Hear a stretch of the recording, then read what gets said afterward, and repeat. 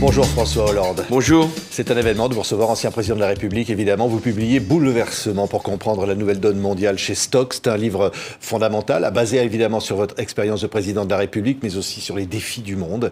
C'est un monde bouleversé, c'est une Europe face à des défis, face à la guerre, et face au changement climatique, et face aussi aux menaces, le populisme. Aujourd'hui, il y a la victoire de blocs de droite et d'extrême droite en Suède, bientôt peut-être en Italie. L'Europe est au pied du mur, Monsieur le Président.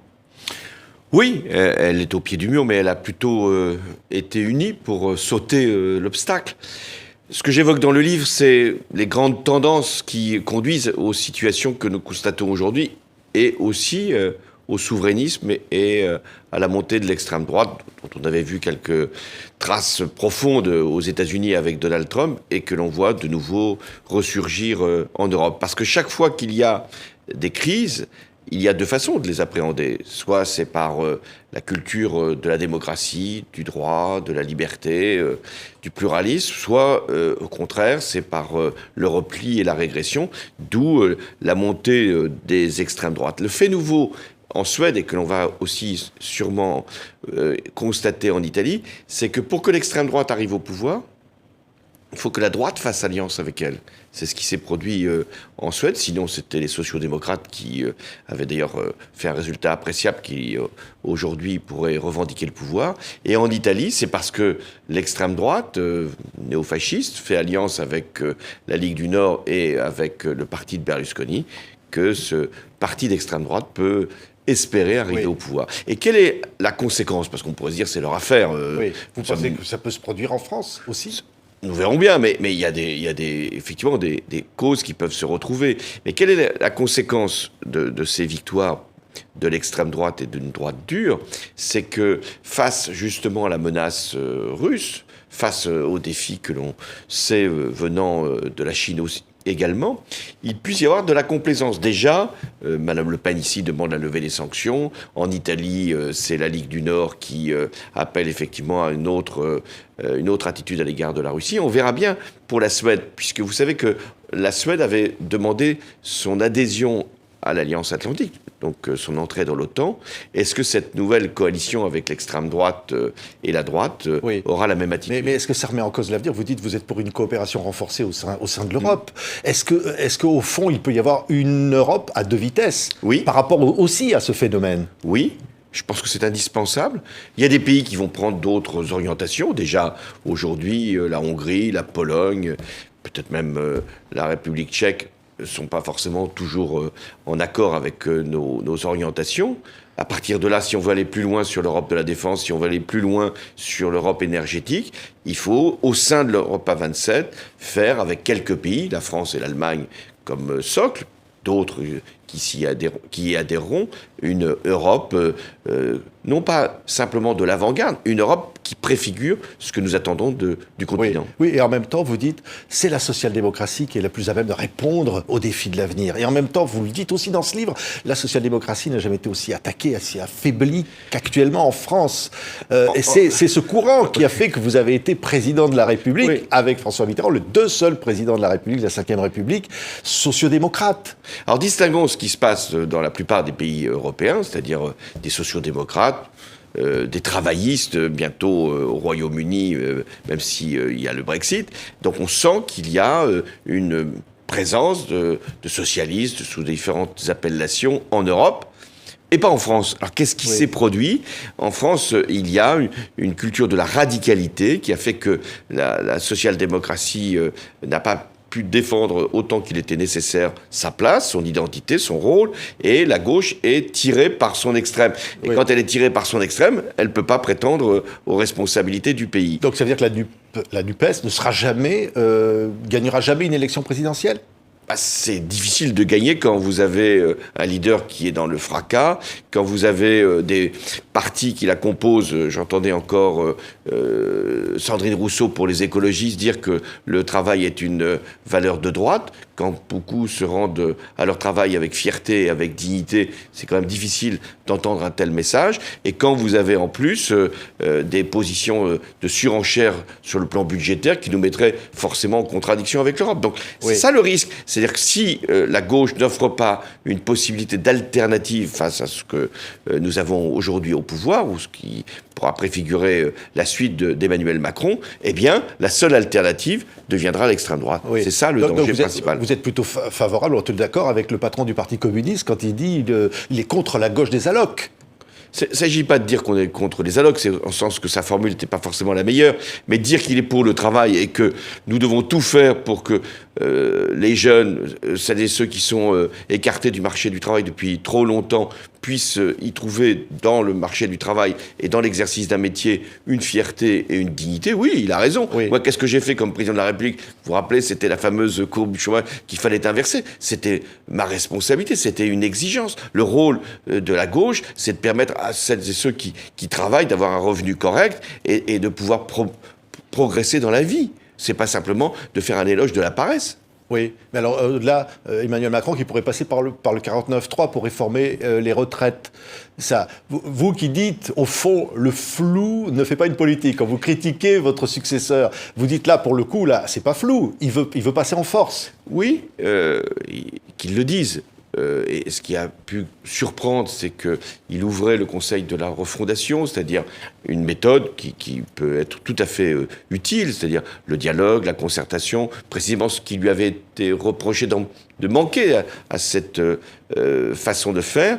Eh bien, aussitôt avait-il réuni le Conseil de la refondation qu'il a, avec la presse présidentielle, donné l'idée qu'il pourrait passer par une méthode assez rapide au 49.3, cette réforme qui est une réforme qui appelle la concertation et le dialogue. Mais nous verrons bien, là, ce n'est pas tout à fait le sujet du livre. Oui, mais ce sont des menaces, les menaces pour la démocratie, on en parlait.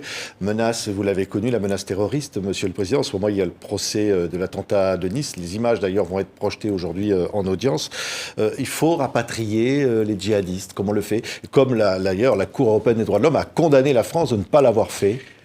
Oui, il faut distinguer les hommes et les femmes qui sont dans des procédures judiciaires en Irak parce qu'ils ont commis des actes insoutenables et barbares dans ce pays-là, et il est légitime que la justice de l'Irak puisse se prononcer.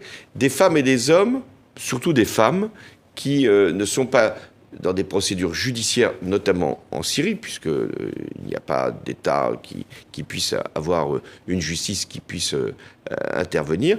Et je suis favorable, effectivement, au retour de ces femmes, de ces enfants surtout, les enfants pour les protéger, et les femmes pour éventuellement les juger. La veuve d'un djihadiste du Bataclan qui est rentré, qui avait menacé la France, venir égorger des Français. Cette femme, qui a tenu des propos insupportables, doit en répondre et donc être jugée ici et j'imagine condamnée pour les faits ou les actes qu'elle aurait commis. Oui, les droits de l'homme, évidemment, par la Cour européenne des droits de l'homme.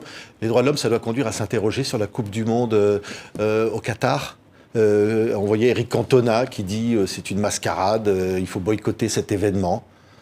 Moi, j'ai toujours tenu cette position pour les sportifs, en l'occurrence les joueurs de football. On ne peut pas leur demander de prendre des décisions à la place des dirigeants.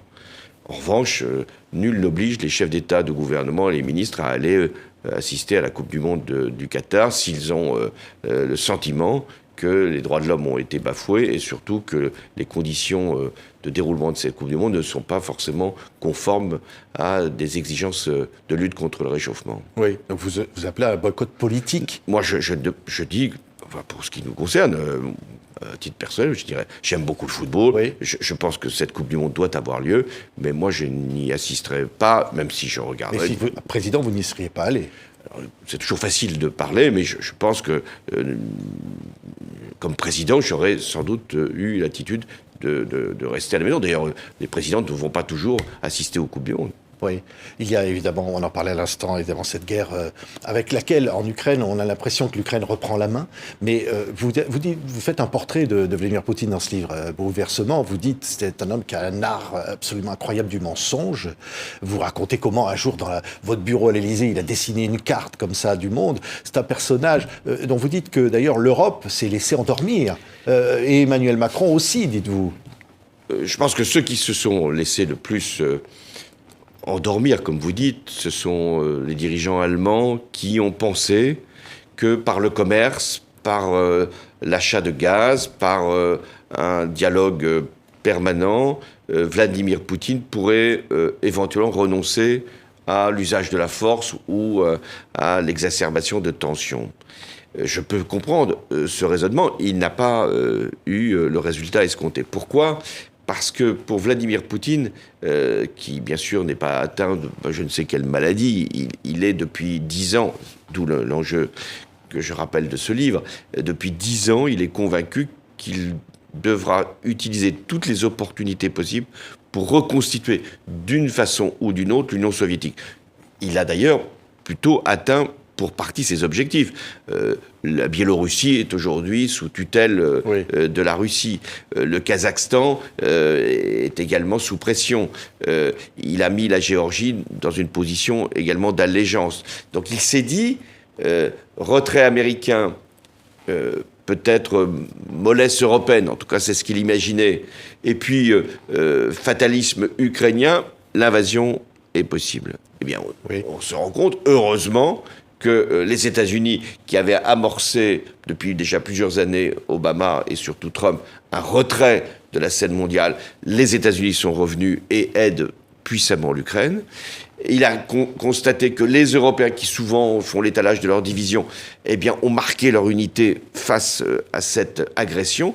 Et enfin, il a eu à constater que les Ukrainiens n'accueillaient pas les soldats russes avec des drapeaux russes, mais avec des drapeaux ukrainiens et se défendaient. Et aujourd'hui, il est sûrement sur le recul, mais il a encore des cartes. Quelles sont ces cartes ?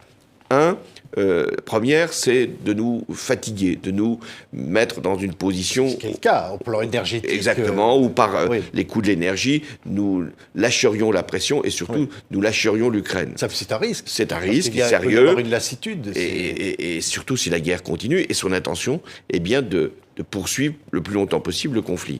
La deuxième carte qu'il a, c'est de mobiliser des forces à l'intérieur de son pays et de les disposer en Ukraine.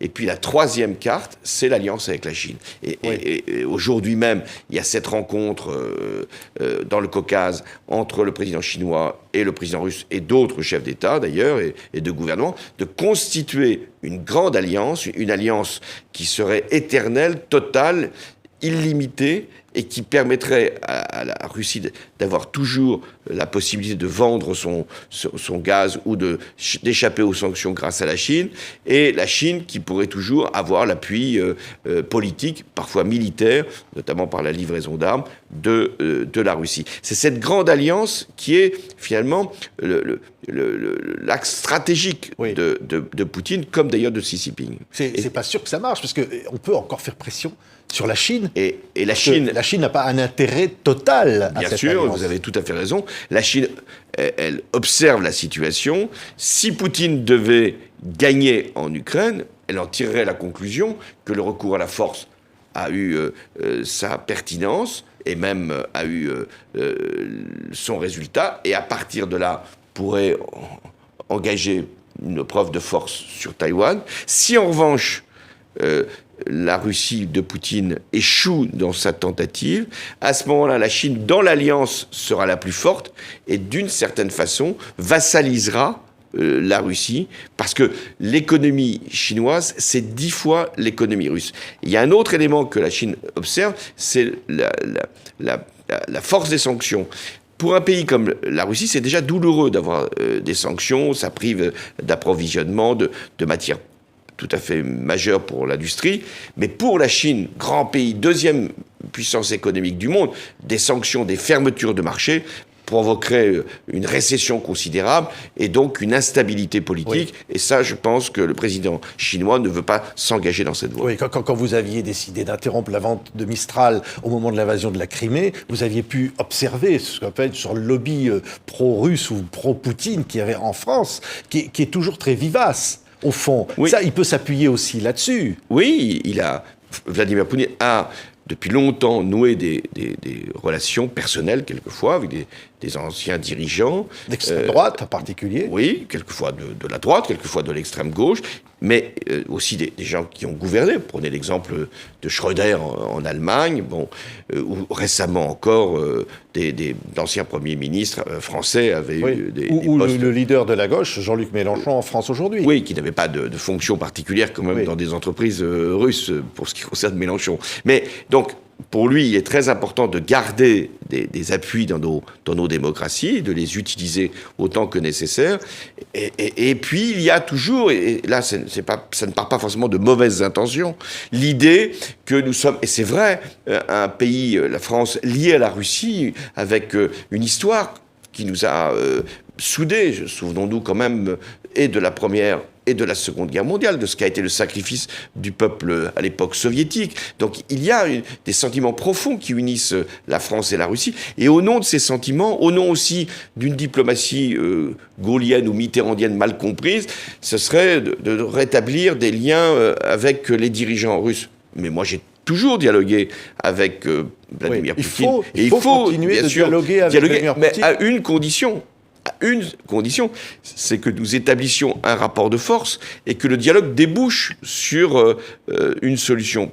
Dialoguer pour dialoguer n'a jamais rien produit, sauf des communiqués. Là, il s'agit de dialoguer au bon moment, à partir d'un rapport de force, pour obtenir la paix. C'est comme ça qu'il fonctionne, Vladimir Poutine, au rapport de force. Il ne comprend que le rapport de force.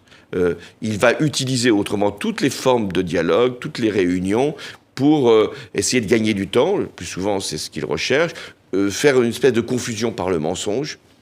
Ce n'est pas moi qui suis responsable, ce sont les Ukrainiens ou ce sont les Américains. Et enfin, d'essayer de grignoter ce qu'il peut prendre à travers la multiplication des conflits gelés. On les a vus en Arménie, Azerbaïdjan en ce moment, hélas qui ne sont pas que gelés, en Géorgie, on le voit bien aussi en Moldavie. Tout ce qu'il peut grignoter, il le prend. Oui, vous racontez dans ce livre, finalement, notre allié américain est quand même fragile. Vous racontez comment Obama n'a pas suivi lors de l'intervention contre Bachar el-Assad, alors qu'il a franchi la ligne rouge des armes chimiques. Et vous dites aussi qu'Obama était un homme, vous dites, froid, sûr de sa supériorité. Et concernant ses successeurs, vous dites, au fond, entre Biden et Trump, il n'y a pas tellement de différence. Ça veut dire qu'au fond, vous avez l'impression que l'allié américain est fragile aujourd'hui. Les États-Unis, c'est une grande démocratie, traversée par des divisions importantes, on l'a vu. Et l'idée d'être de nouveau le gendarme du monde n'est pas nécessairement partagée. Barack Obama, qui s'était opposé à la guerre en Irak, n'était pas disposé à intervenir en Syrie.